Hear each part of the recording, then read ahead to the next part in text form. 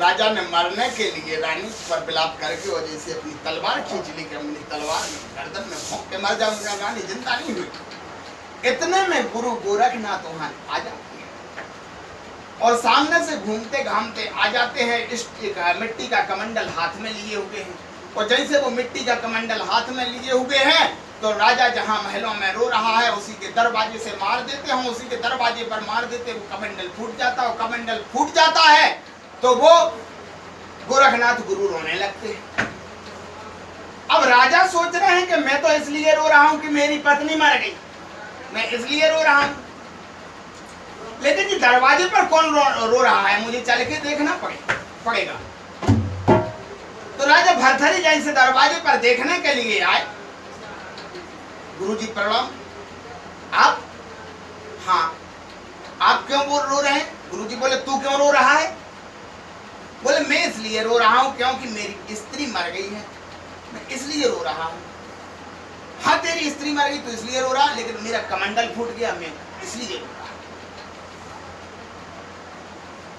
राजा बोले वाह गुरुजी, आप कमंडल पे जरा सी कमंडल पे आपके कमंडल जैसी हजारों कमंडल बन जाएंगे, लेकिन मेरी तो स्त्री जैसी कोई मिलेगी नहीं, तो आप इतने क्यों रो रहे हैं? अरे बोले वाह भाई वाह, तेरी स्त्री जैसी हजारों स्त्रियां आ जाएंगी, लेकिन मेरे कमंडल जैसा कोई कमंडल नहीं बनेगा। बोले अगर बन जा, राजा बोले अगर बन जाएगा तो, बोले अगर तेरे मेरे जैसा अगर कमंडल बन जाएगा तो मैं तेरी स्त्री को जिंदा कर दूं। राजा ने सभी प्रजापतियों को, जितने उनके राज्य में प्रजापति लोग थे, सबको आदेश दिया कि जो गुरु गोरखनाथ जैसा कमंडल बनाएगा उसको मैं सारा राजपाट दे दूंगा। मुझे प्यार है तो सिर्फ केवल अपनी रानी से प्यार है, मैं दूसरे को किसी को जिंदगी में प्यार है। प्रजापति लोग सारे हार गए, लेकिन वो किसी ने कमंडल नहीं बना पाया। और जैसे वो कमंडल किसी ने नहीं बना पाया तो राजा सोचने लगे मन में कि अगर ये कमंडल अगर नहीं बना तो मेरी रानी भी जिंदा नहीं हो पाएगी। तो भरथरी गोरखनाथ कहने लगे नहीं, तुम्हारी नारी तो जीवित हो, कमंडल नहीं बना तो कोई बात नहीं, लेकिन तुम्हारी स्त्री तो जिंदा हो। हुआ है,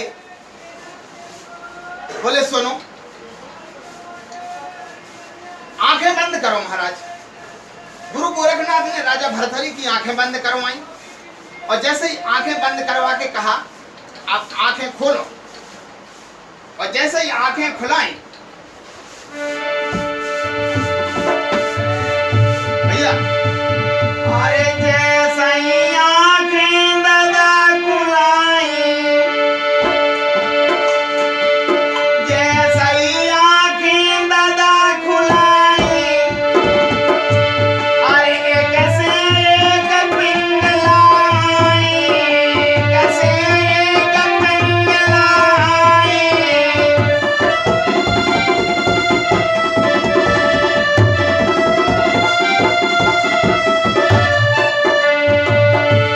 पहचानो महाराज कौन सी पिंगला रानी है?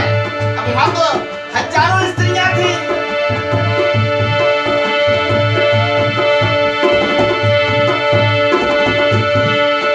अरे तब राजा ने गिरा उचारी, अरे तब राजा ने गिरा उचारी, सबने हमको देव कहाई।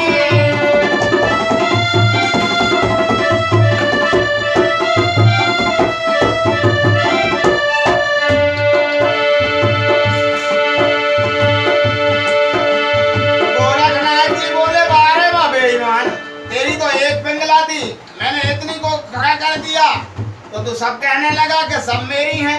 आंखें बंद करो, फिर से आंखें बंद करो, फिर से आंखें बंद कराई, खोलो, खुलाई तो वही की वही पिंगला नारी आ जाती। और जैसे वही की वही पिंगला नारी आ जाती है, अब आपको ये संकोच हो रहा होगा कि गुरु गोरखनाथ जी ने ऐसा क्यों किया। गुरु गोरखनाथ जी थे, वो सूर्य भगवान के पुत्र। गुरु गोरखनाथ के गुरुजी का नाम था मच्छंदर नाथ। और जो मच्छंदर नाथ गुरु के दरबार में एक गद्दी खाली पड़ी हुई थी, तो गुरु गोरखनाथ जी बोले, गुरु जी यह गद्दी किसकी खाली है? तो मच्छंदर नाथ ने जवाब दिया कि ये गद्दी जो है भरथरी की खाली है, और औरत के प्यार में वो इतना पागल है कि जो भरथरी को मेरे दरवाजे तक ले आएगा उसको मैं प्रथम शिष्य मानूंगा। हुआ खैर कोई बात नहीं, ये तो बड़ा खाली गया। इस प्रकार से राजा दरबार में बैठे हैं, रानी पिंगला घर पर है, महलों में है। तब तक नौकर वह जो गुरु गोरखनाथ जी थे वो नौकर बन करके और राजा के राज दरबार में आ जाते हैं और दोनों हाथ जोड़ करके राजा से बोले, महाराज आपके यहाँ नौकरी करना चाहता हूँ। महाराज बोले, तुम्हारा नाम क्या है? मेरा नाम अश्वपाल है महाराज। तनख्वाह क्या लोगे? मुझे कुछ नहीं चाहिए, मुझे केवल खाने को देते रहना। ठीक है, कोई बात नहीं। सुनो अश्वपाल, तुम तो नौकरी पर तो लग जाओगे, लेकिन बात एक है कि तुम्हें नौकरी करनी पड़ेगी, हमारे दरबार में नौकरी करना पड़ेगी। क्योंकि मैं अगर किसी से प्यार करता हूं तो केवल वो स्त्री है जिससे मैं प्यार करता हूं, और मैं उसको महलों में अकेला छोड़ देता हूं तो बिल्कुल अच्छा नहीं लगता मुझे। हुआ ये कि रानी घर पर अकेली है और वहां जो है अश्वपाल पहरेदार जो नौकरी कर रहा है।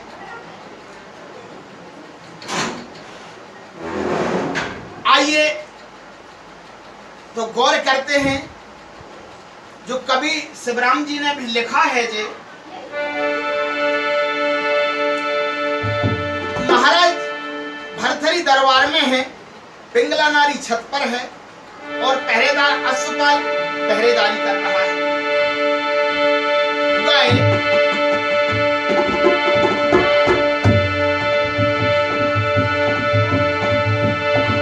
अरे अश्वपाल महलन में घूमे हुए के घोड़ा पे सवार। अरे एक दो नौकर है राजा को दूजे रूप दम करतार।